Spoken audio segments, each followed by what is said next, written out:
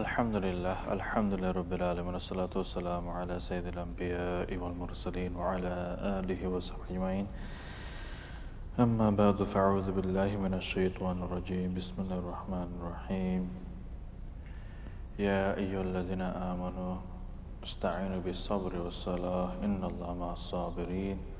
Wa qala azza wa jalla, Ya ayyuhalladhina amanu udkhulu fi silmi kaffa. صدق العظيم. اللهم صل على سيدنا مولانا محمد وعلى آله وسلم تسليما كثيرا. We'll begin by praising Allah the Exalted, and may His limited peace and blessings be upon His beloved Messenger, His family, His companions.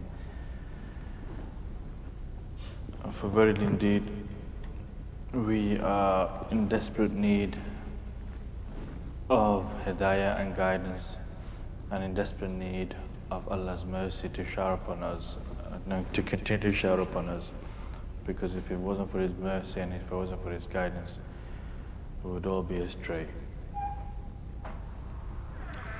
And we are all benefiting from the Muhammadan spring, from His wisdom, from His sacrifices, and the struggles that He went through, He Sallallahu went through for myself and yourself, so that we can attain the lofty status of qurb and nearness of Allah and His pleasure, and so that we may attain the eternal bliss which we could never attain without His endeavors and without His sacrifice and without His guidance. And here, hence why the Muslim Ummah or the Ummah has come to know of the blessing, whatever blessings that Allah has bestowed upon the Ummah, that He Sallallahu departed to the Ummah and gave to the Ummah. And whatever harm there was to the Ummah, He Sallallahu informed us all what the harms were, so that we could safeguard ourselves. And hence why, as you know, we are fast approaching the month of Ramadan. Some might be doing it tonight, as it'll be commencing tomorrow, and some might be doing the day after, or so on. But He Sallallahu imagine, just take a little bit of a thought process, is that He would teach the companions even to recite the dua of the entry of Ramadan, or before the commencement of Ramadan, that He would teach the companions, Allahumma sallimni li Ramadana, wa sallim Ramadana li, wa sallimhu li mutaqabbala.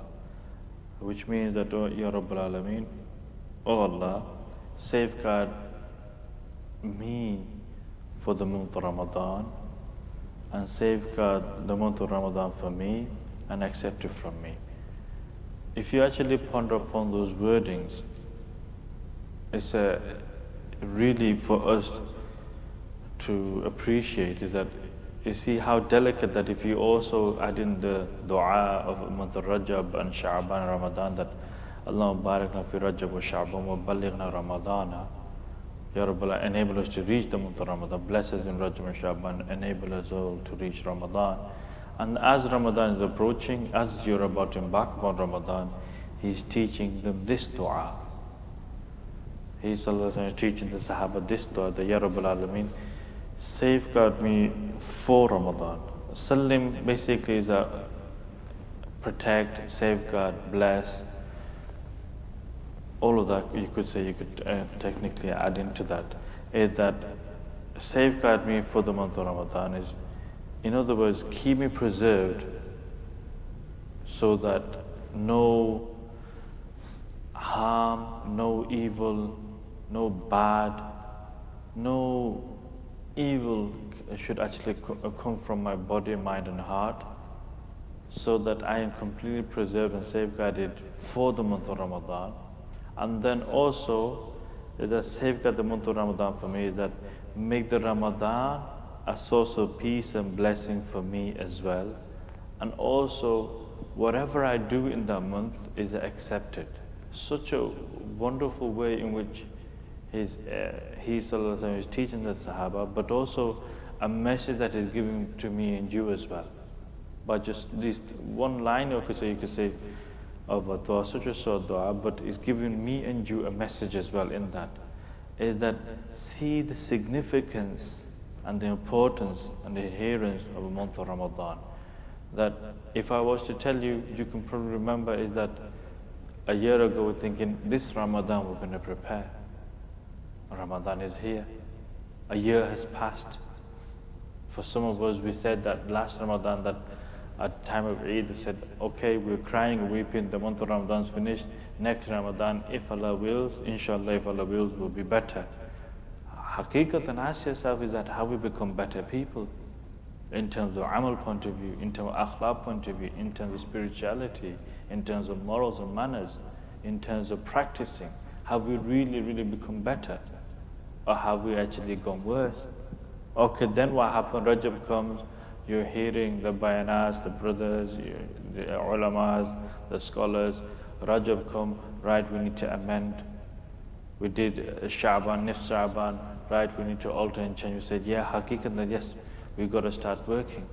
Night of Miraj came, yes, we got to have our uruj, we have to have our elevation, our lift.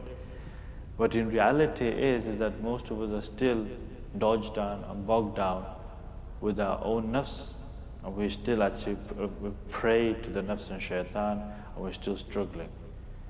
And this dua is signifying the importance of what is about to come. What is about to come. So still there is time. Still there is time for us to amend. But the thing that myself and yourself have to realize is, what is it that I have to do to activate that, to make that thing which is inside us, which this inactivation to be activated, this thing inside us that which is not doing anything, to do something, the thing inside us that is feeling as though it's completely bogged down and actually completely dead or lacking energy, lacking fuel, to give it that fuel, to give it that thrust, to give it that energy. What do we need to do that? And it's clear what you need to do. There's nothing rocket science about it, what you need to do. Myself and yourself, what we need to do. It's obvious. But there's 4 things that he said in a Hosbag, he actually stated that if you want to improve your heart, if you want to improve your heart, the state of your heart, there are 4 things that you can do to improve the heart. But before we go to what he even says about the 4 things, is that the trigger point, the ignition, the spark that you need, myself and yourself needs, before even the coming of the Ramadan. Hence why the Mashaykhs have written is that when the night and the month of Ramadan enters, when you get in the news that yes, this is going to be Ramadan and we are going to offer the Maghrib Salah, I say that even then and before then is the trigger point or the thing to actually get you started, to get that movement going, to get the clockwork, the gears in tune so that it actually starts moving everything else, is Tawbah.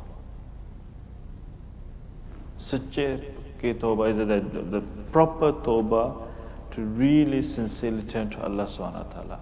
Is that myself and yourself we have made definitely some targets, some goals, and we probably would have fallen short. And we probably would have actually lacked in whatever. But now that Ramadan is actually here, and if we really stick true to the words in which the Prophet had told the Sahaba that make Allahumma sallimni li Ramadana, is that make and preserve me for Ramadan, is preserve me and safeguard me for the month of Ramadan. If that's the case, is that I am about to now enter Ramadan, Ya Rabbal Alameen, is that I should have had the time, I should have had the energies, I should have done this before, where I've actually prepared myself, ready myself. Now what's happening is that you're in the 100-meter race now. You're in the competition now. Before there's preparation, and you had time to get ready, to stretch your muscles, to stretch your legs, to make sure that you're in the race and you don't damage yourself. And if you did damage yourself, you got time to get ready again, to prepare again. But now the competition started and you have to run. Now you have to run. So Tawbah is such a thing. Tawbah is such a thing, is that it can actually aid you to get started and to get moving. The energy, the fuel that you needed to get moving, Tawbah is such a thing, it can do that. It ignites, it flames up and starts. But then how do you get it, keep on moving? How do you keep on doing it? How can you actually make the run, the full run, so that you can actually achieve the month of Ramadan? Then we go and talk about the different levels of fast that we said that you're supposed to do to help you going. But the fuel is the a'mal. Then now you've started, now you need to exert and tank up and fuel up. You need to do the a'mal. Hence why the seekers who are on the path of purification is that you're advised, myself and yourself are advised, is to not just do normal amals, just do normal numbers, is to double your adhkar and dhikr, is to double it. I can't emphasize enough how why the Mashayikh have said this, is that we might be taking this slightly, but understand is that this fuel that I'm talking about, imagine that we are a car and a vehicle, and the ignition, or you could say the key or the ignition, the spark is Tawbah. Yes, the key of the ignition is Tawbah. So you turn the key, you turn the ignition, and your car started. You're on empty tank. You're on empty tank. So if you don't actually start doing amal, even in Ramadan, you're not going to go far, let alone after Ramadan. You need to fuel up, tank up, make sure your reserves are fully refreshed and filled, and not only that reserve, but also go beyond and make sure it's fully capacitated, so that after the month of Ramadan, you have enough fuel to actually last 11 months. Hence why you are instructed, myself and yourself are instructed, double your amals and double your adhkars. So if you're doing a 10-minute muraqabah, it's a 20-minute muraqabah. If you're doing a 20-minute dhikr, it's a 40-minute. You might be thinking, but it's very hard for us to even do 10 and 20. What are you talking about, Brother Qais? And that is why we're talking about it, so that you're not just actually filling up your reserve bank, but you're also filling up your capacity so that you can actually last throughout the year. And that's where we're actually failing. Is that one of the reasons why we are going down on our state of condition is actually changing, is that one is that we don't do proper pakka tawbah. And then secondly is that we have lacking in the amals to actually facilitate that movement, to actually take us out into the right direction and may enable us to reach Allah subhanahu wa ta'ala. So that's why Sayyidina Ghaus Pak, Sayyidina Abdul Qadir Jilani rahimahullah said, as a nasiha, he addressed myself and yourself, he said, oh my brothers, young brothers, the whole life consists of 2 steps. So we're talking about race and we're talking about a race and we're talking about a journey. He summarizes in 2 steps. He said, 1 step of yours is in this dunya, the other is in the akhirah. Take 1 step from this dunya, the other is in the akhirah. One of your steps is connected with yourself, and the other is with your fellow creatures. You must take that step though. There's 2 steps.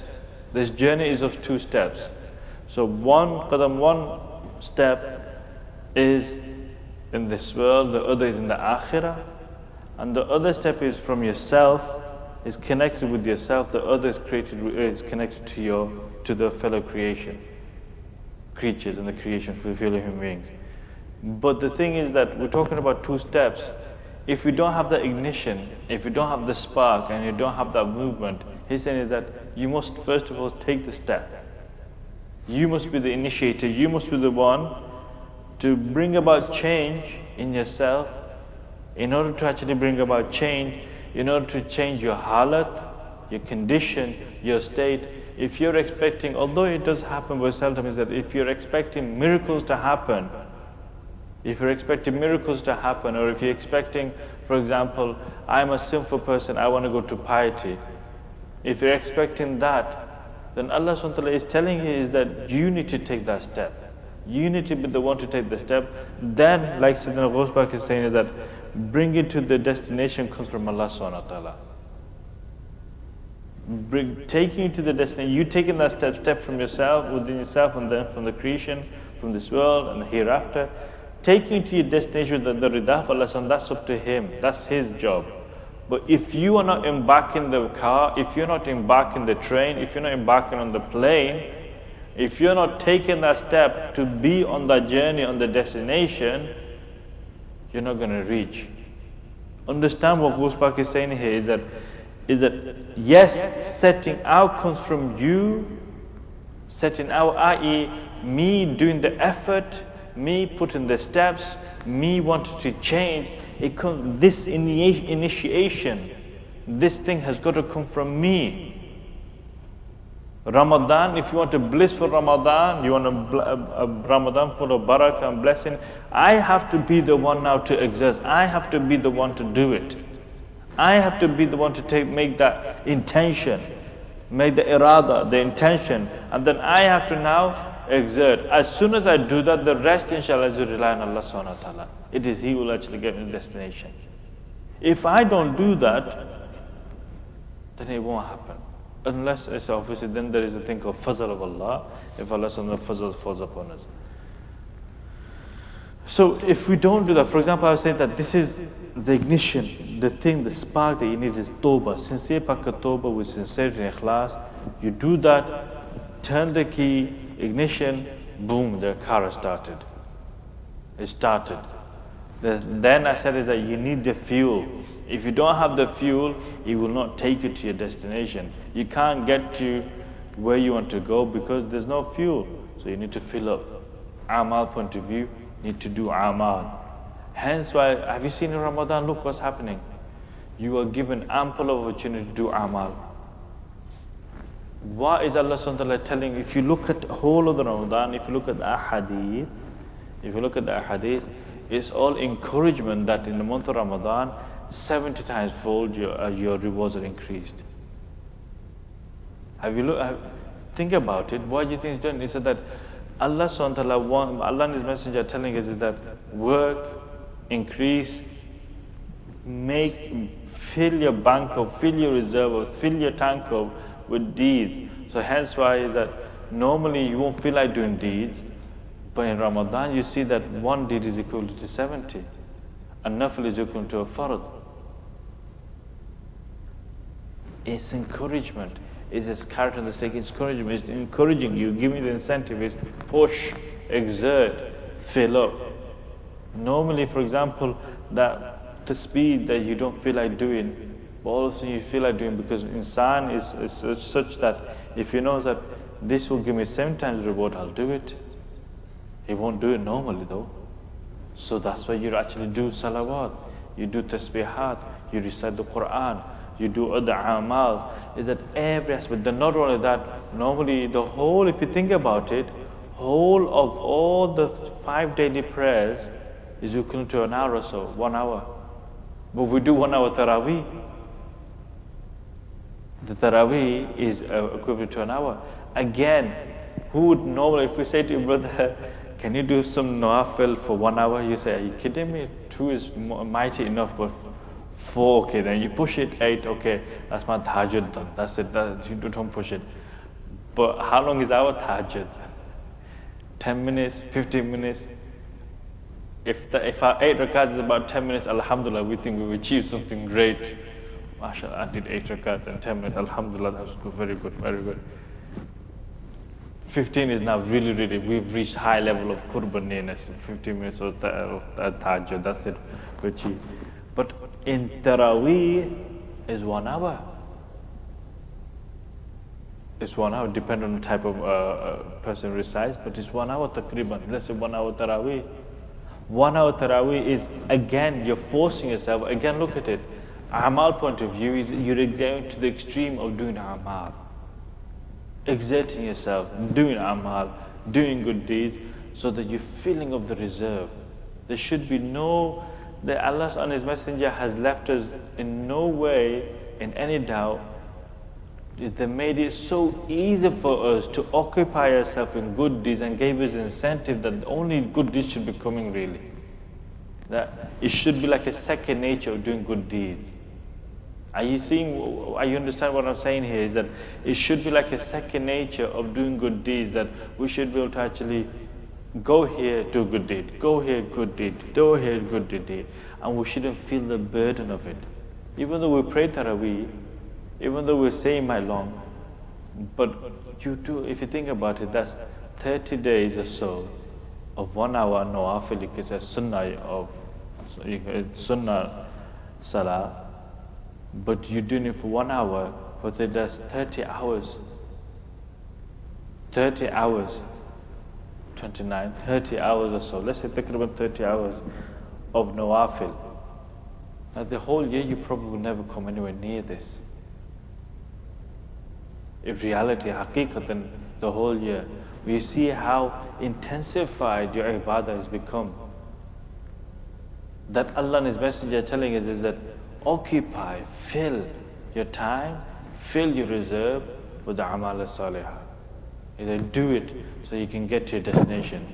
If you're not going and you know how you feel, for example, something's happened, is that day you haven't actually, let's say that day something happened, you missed your Taraweeh. How does it feel? You start feeling lethargic, lazy, bad. You missed it with Jamaat. Now what's going to happen? Now for you to do the Taraweeh by yourself, it doesn't feel the same. Even though you could do it in 20 minutes, it's not the same. The same thing as you did with Jamaat. It's completely hollow, bereft. And that's the thing, is that it's encouragement, further encouragement of being in congregation, do it collectively, encouragement and motivation for you to actually keep on adhering to doing good deeds and righteous deeds collectively and individually as well. So here in all aspects, everywhere you look in the month of Ramadan, Allah and His Messenger saying is that do good deeds.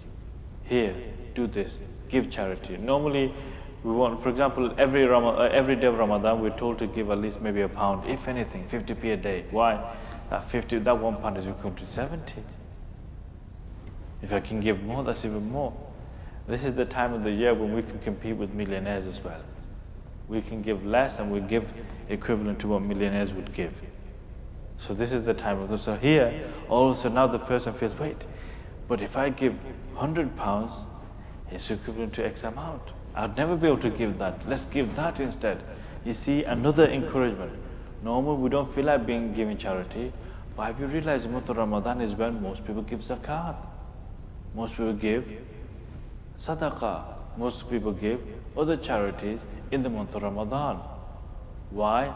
Again, at the other times of the year you find it for Ramadan, it's easy. Just keep on visiting yourself and giving charity. Okay? What do other people like to do? They like to give zakat, they've given zakat, they're doing amal salihah. Salah is that, like I said about Taraweeh, but also other prayers that we do, other ibadah that we do. For example, people will offer tahajjud, offer Taraweeh, Salat al-Tasbih.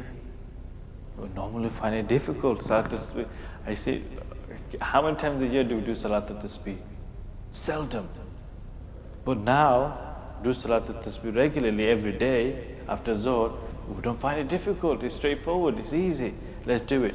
So in every aspect, in every facet that you are finding it easy, Allah subhanahu wa ta'ala has facilitated. Hence why in the dua, wasallim, who is that make Ramadan, safeguard Ramadan for me, is that, and safeguard me for Ramadan and safeguard Ramadan for me, is that vice versa, is that Allah subhanahu wa ta'ala has made and preserved and safeguarded Ramadan for you, i.e. has made it a source of blessing for you, that if you occupy yourself in good deeds, in good conduct, in good morals, in good manners, it has become a blessing, a source of blessing for you. But if we don't, it will be a source of destruction for us as well. As you know, as you've heard the hadith of the Prophet ﷺ to the nearest effect, is that he stood on the minbar and he said, Ameen, Ameen, Ameen. And when the Sahaba asked, Ya Rasulullah, what were you saying Ameen to? And one of them, he said that whoever cannot get forgiven, Jibreel made an announcement that whosoever cannot get forgiven in the month of Ramadan, may he be void and destroyed. And I said Ameen to it. So again, take the hadith, and then what we can understand is that there is no way that me and you should be empty, should be devoid of any barakah and blessing in the month of Ramadan. It shouldn't be the case that we don't achieve forgiveness and His mercy, and we shouldn't fill up our tanks so that we can last the next 11 months. It is not thinkable. Basically, it shouldn't happen. It is right there in front of you. How could you have not achieved it? So, but you will not be able to achieve, because Sayyidina Ghawth says that if you don't actually take the step. So what I'm asking myself and yourself, my dear brothers and sisters who are listening, brothers who are listening, even on the internet, is that really, sincerely, genuinely, I'm saying for myself really, genuinely ask yourself is that, have I and am I willing to take that step? Seriously, don't just listen for the sake of listening or hearing for the sake of hearing. Ask yourself this question is that, have I and am I willing to take that step? Am I ready to take that step? Because it will be another case of another Ramadan and in the same effects. It won't happen. But really, we should be excelling and we should be moving from one level to another, to not just a lower level, but higher level of worship, high level of proximity, high level of intimacy with Allah subhanahu wa ta'ala every Ramadan. Many people make for a business strategy, they make 4-year plan, 5-year plan, 7-year plan, 10-year plan even for a business. We've got 8 or so different levels of Ramadan, of fasting. Make an 8-year strategy. If Allah wills, that's up to Him if we live 8 years or not of Ramadan. But you've made the start. Maybe it's a 5-year strategy. Maybe it's a 3-year strategy. What I'm saying to yourself, myself, is that make that start. Irada banale, that you've made that intention, that plan, that this is my strategy, that 1 year I'm going to spend it, next I want to be here. Just like you said, goals in business, next year I want to be here, next year I want to be here, and I want to be here. So I mentioned that there are 4 things in which we can improve our state of heart. That's Sayyidina Ghawth said. That you could actually, do not forget the 4 things by means which improve the heart. Your heart will be improved.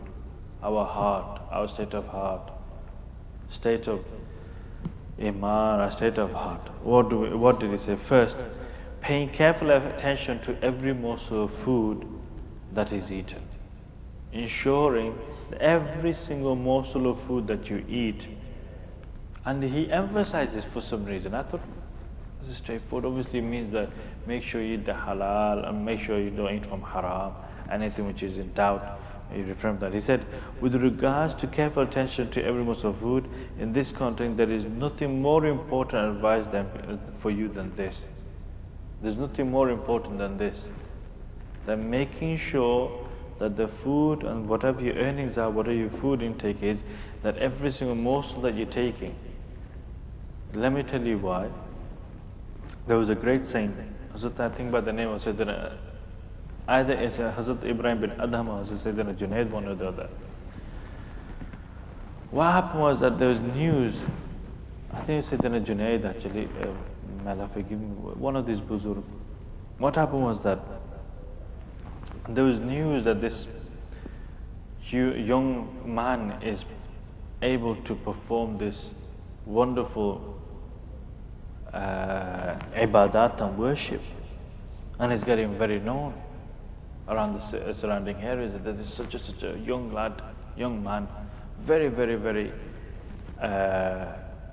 high level ascetic, is that he's actually doing such mujahadat and dhikr and ibadah. People are getting marveled at this. And I thought, okay, let me go and find out who is this person, that he's able to do such ibadat and stay up all night and do all these things and so on.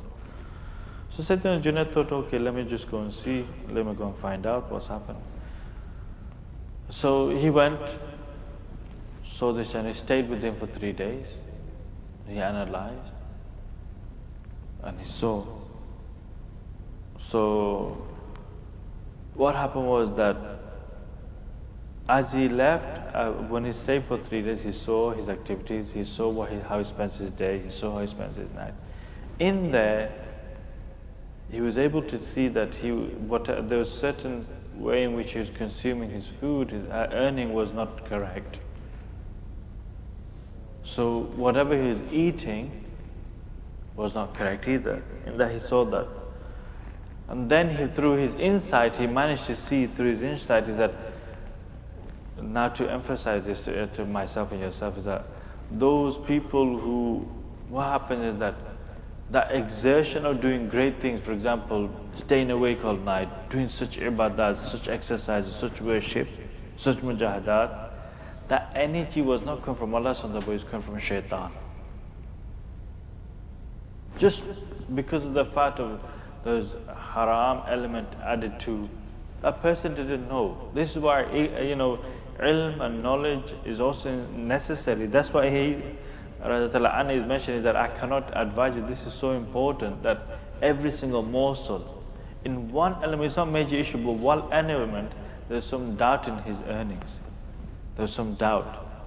And because of that doubt and because of the dubiousness, is that what was happening is his ibadat and worship, he was actually getting the energy, not from Allah subhanahu wa ta'ala, not from the food, but rather from shaitan. Shaitan was actually doing it. Why? Is because this is why it's so important, is that the energy in which, the source in which the fuel is coming from is haram, and you're doing this such ibadat, Allah subhanahu wa ta'ala looking at your ibadat.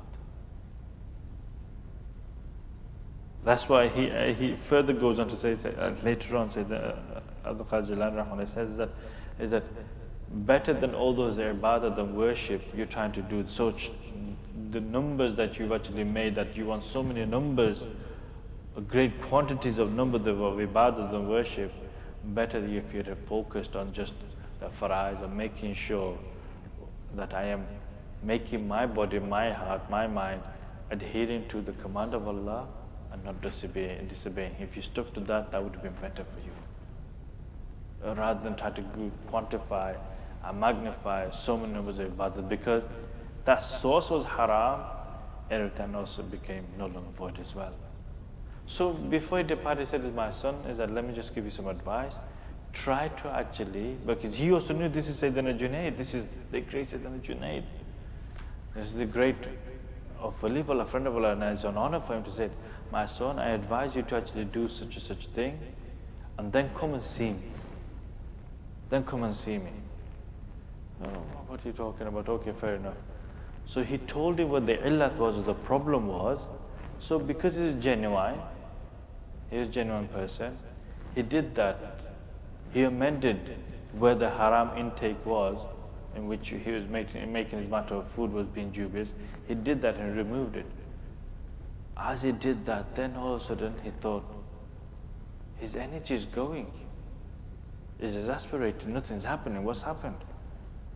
He doesn't feel, the motivation is gone. There's no energy, there's no life anymore. He's not able to stay awake. He's not able to exert. The mujahadats are all going. What's happening? He doesn't see what's right. He become bewildered. So he went all the way to Sayyidina Junaid, saying, Ya Sayyidi, oh my master, please forgive me. He said, since you left and I acted upon what you said, it's as if my life is turned upside down, that I feel energyless. There's no energy left anymore. I am not able to do the things I used to do. He goes, may Allah bless you, and may Allah subhanahu wa ta'ala, this is a blessing for Allah for you to realize it, that He actually safeguarded you. That when I saw that there is an element, the way in which you are getting the energy and this health that you're getting, you were thinking it's from Allah subhanahu wa ta'ala, it's from shaitan. Reason being is because this earning that you're earning your food and this way in which you're taking your food was actually not incorrect. And shaitan was giving you the ammunition, the fuel to actually carry out that activity.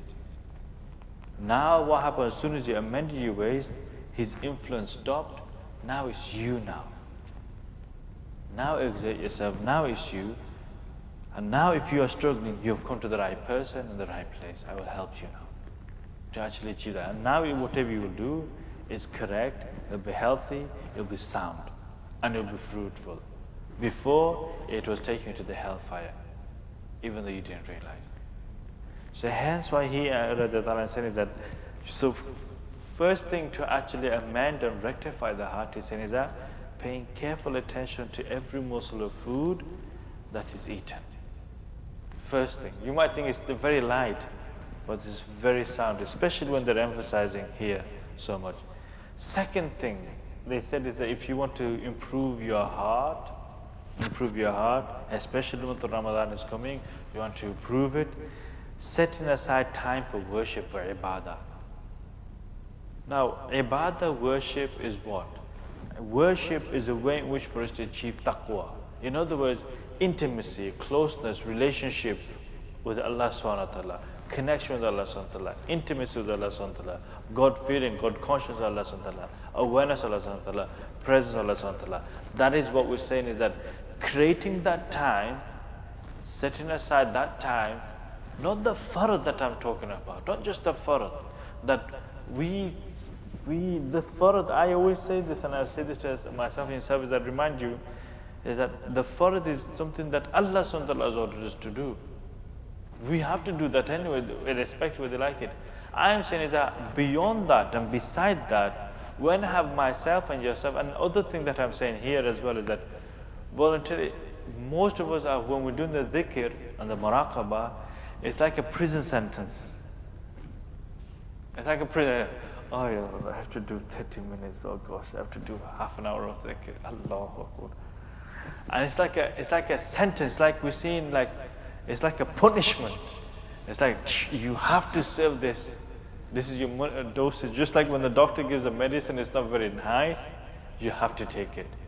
So let alone the medication of the spiritual awrat and dhikr that we've been given, I am saying to you, myself and yourself, is that what happened to that love of wanting to actually do it and remember Allah subhanahu? Where's that? That really think about what we're saying here.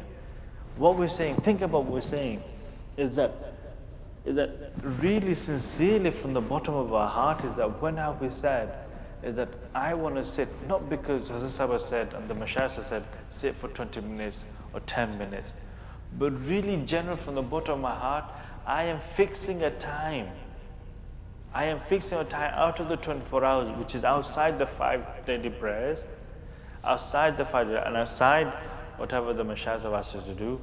Ignore that. I am saying is that when have you, myself and yourself have said is that, right, I want to remember Allah subhanahu wa ta'ala. Let me make some time now. How do you want to remember Allah subhanahu wa ta'ala? Okay, I'll read His kalam. I want to converse, I want to talk to Allah subhanahu wa ta'ala. So I'll read the kalam, I'll read His book, the Quran. Okay, now I've spoken to Allah subhanahu wa ta'ala, I'm reading, I'm speaking to Allah subhanahu wa ta'ala, I've spoken to Him. I want to feel the nearness, His nearness. I want to actually be with Allah subhanahu wa ta'ala, feel His nearness. What do you do? I'm going to do some prayer. I'll pray something. Okay, after that, okay, then I want to be really immersed in His remembrance, so I'll do some dhikr. What I'm trying to say here is myself and yourself is that when is me and you in the 24-hour schedule willingly, lovingly, devotedly actually setting a time that I want to be with Allah subhanahu wa ta'ala and remember Him. Seriously. When have we actually done that? But what we do is that the 10 minutes of muraqabah and the 20 minutes of dhikr, Allahu Akbar, this is the punishment now. Take this punishment and see negativity. And it is that spark of love that we should be seeing in the light of love, that this muraqabah is going to enable me to be thinking of Allah, remembering Him, His blessed name, and visualizing His blessed name, to think about this. And the dhikr that I'm going to be, the Laila dhikr, whichever dhikr you've been given, is that my tongue, my heart, my mind will be immersed in the dhikr of Allah subhanahu wa ta'ala. Just talk about, just mentioning Him again and again and again, so that from the dhikr, from the recitation, from the utterance of the tongue, the continuous utterance of the tongue eventually penetrates so deep into my heart, then my heart starts penetrating, my mind starts penetrating, and I start thinking of Allah and I start beating Allah. That's why we're doing the exerting ourselves in the dhikr. But we see it negatively. What we should be saying here is positively. We should be positively seeking the time in which we can be with Allah subhanahu wa ta'ala and not feel as an imposition, as an imprisonment. That, oh, this is it. Hence why if you were to tell the mashayikh, I find it hard to do the dhikr, these people are saying is that we find it hard not to do the dhikr. You're asking us something that you find it hard. How can you find it hard? We want to be in Allah's remembrance. We find it hard not to be in the dhikr, and you're finding it hard to be in dhikr. So setting aside to improve the state of the heart, careful of what you're eating, setting aside some time, some portion in which you can do some worship so that you can achieve intimacy and nearness to Allah subhanahu wa ta'ala. Number 3 is preserving the charismatic marvel, i.e. the blessing and the anwaras in which Allah subhanahu wa ta'ala has bestowed upon you. Preserving that. Preserving the blessings in which, the simple word is that preserving the blessings that Allah Azza wa Jal has bestowed upon you. Now, what do we mean by that? Listen, Iman is a blessing. Iman is a blessing. Amal, whatever amal there is a blessing. Any goodness from the results of, from Iman point of view, Amal point of view, i.e. something special that Allah has bestowed upon you. You might have a special quality or good trait, a good quality. Let's say you're very sakhi, you're very generous. Let's say you're very gentle, latif, you're very very gentle. Let's say you're a good listener, you're a good aider, you're a good helper. These are a sort of blessing that Allah has given and enamored upon you. So preserving that, i.e. whatever goodness that Allah has given you, preserve it. Innate or not innate, whatever He's bestowed, preserve that and keep on working on that so that you don't actually lose it. This will improve the state of your amal. Every single one of us have got some disposition of goodness, which is natural. Natural disposition of goodness, which is inside us. Some people might be a good talker, they can say the right words to ease people, to reconcile people. Some people are good listeners, they can listen. Some people are very gentle, some people are very astute and they can help. Some people are actually good aiders, they help and they give help with their bodies, whatever energy and time. Some people like to do service, khidmah, etc., etc. Whatever ways in which Allah SWT bestowed any marvel of goodness, any goodness within you, spiritual or physical, whatever goodness is bestowed upon you, to preserve that, that will help your heart. And fourthly, he said, he alayhi rahmah said, is that abstaining from things that the human being, things that keep the human beings away from Allah subhanahu wa ta'ala. Abstain from things that distracts you from Allah subhanahu wa ta'ala, that keeps you away from Allah subhanahu wa ta'ala. Stay away from it. So in other words, ask yourself, now ponder on it. Listen, Ramadan's about to start. Ask yourself, what you do is now go home, analyze, or when you're at home, analyze is that, where is it in my life that I'm getting hindered from getting Allah subhanahu wa ta'ala? Which part is it? Now people might say, it's definitely work. It's work is a problem, definitely. Well, why should work be a problem from you achieving Allah subhanahu wa ta'ala? Why is it in the workplace? Then analyze what is in the workplace that's hindering you. Is it the fact that it is not allowing you to pray? Is it the fact that it is facilitating you towards evil, such as zina?